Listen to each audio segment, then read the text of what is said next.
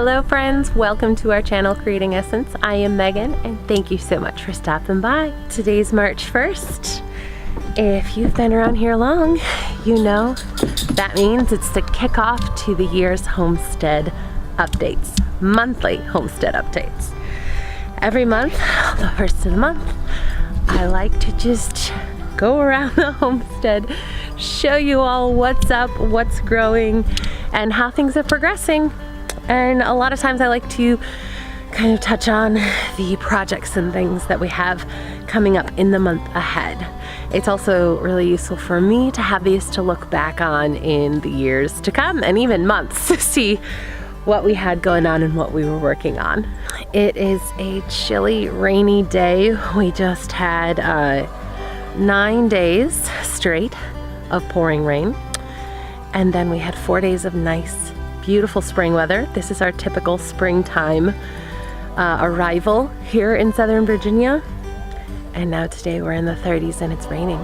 So not to get too comfortable with springtime, I guess. Let's start out here with the chickens. The chickens have been in the garden plot for the winter. We parked their chicken tractor and just kind of used things like tomato cages and porch chairs to keep it structurally sound, because this is not meant to contain creatures like 20 very smart chickens. It's simply meant to be a boundary for our garden and to keep the deer out, which it does very effectively. But the chickens were really good very quickly at finding every single weakness. So we fixed that. It's not super pretty, but we got the job done. The chickens have been super happy in the garden all winter long. They've really enjoyed it, digging it up, and they prepped that new garden space for us so well. We finished expanding the orchard, which was a big goal. Right here, we will put the new baby elderberry that is an offshoot from last year's. We have daffodils coming up at the base of all of our trees here. This was a teeny tiny elderberry shoot that we planted last year, and it has gotten enormous. It's just crazy to me how much it's grown. We still have garlic chives from last year growing up in here. Some people have asked why we have these green stakes in here. Those are to support the saplings. We also have some in the elderberries there. When we just see a lean or something, we kind of use it to train them gently to grow in a better direction. Like this has a branch that goes straight out toward the garden. So we are using those stakes to gently encourage it throughout the growing season to go more upward than outward. We left a little bit of our cotton here to go to seed last year because we would love to grow more cotton, and we thought we'd let it naturally reseed itself.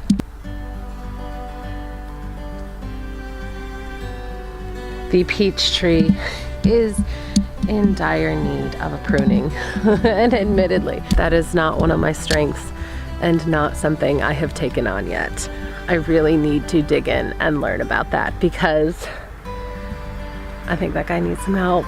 This is our new garden expansion where we extended it and put the chickens to work. I will put a link to that video up, but they have done an amazing job completely clearing it out. We have a spading fork that we'll be using to just loosen things up, sort of like a broad fork, to get that area prepped before we put the wood chips down to start the transition to the Back to Eden garden in that spot. But the chickens have done an amazing job. I am so pleased with their progress there.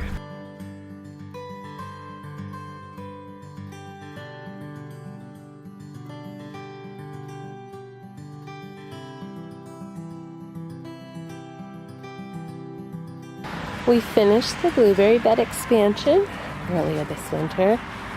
which is really exciting. Yesterday I was going through and getting my selections made for our new blueberry plants to fill out this bed. The lilac has some beautiful new buds coming in. We're excited about that.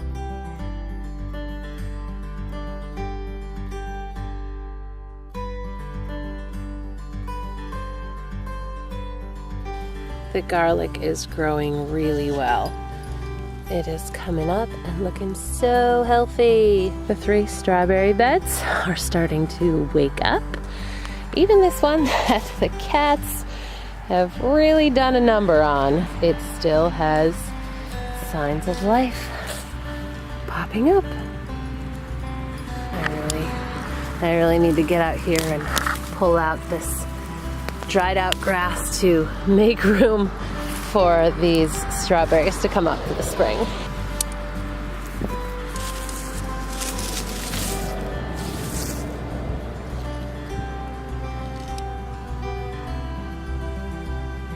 Our newly constructed bee island here is settling well. Several people asked why we didn't wet down the cardboard when we first put it down to make the bed. That is because I tend to keep a very close eye on the forecast and knew we had a week of rain coming.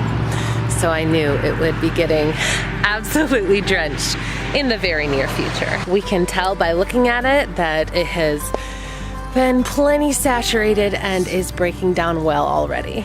The existing raspberry bed is starting to show some little signs of life here and there. Very excited about that.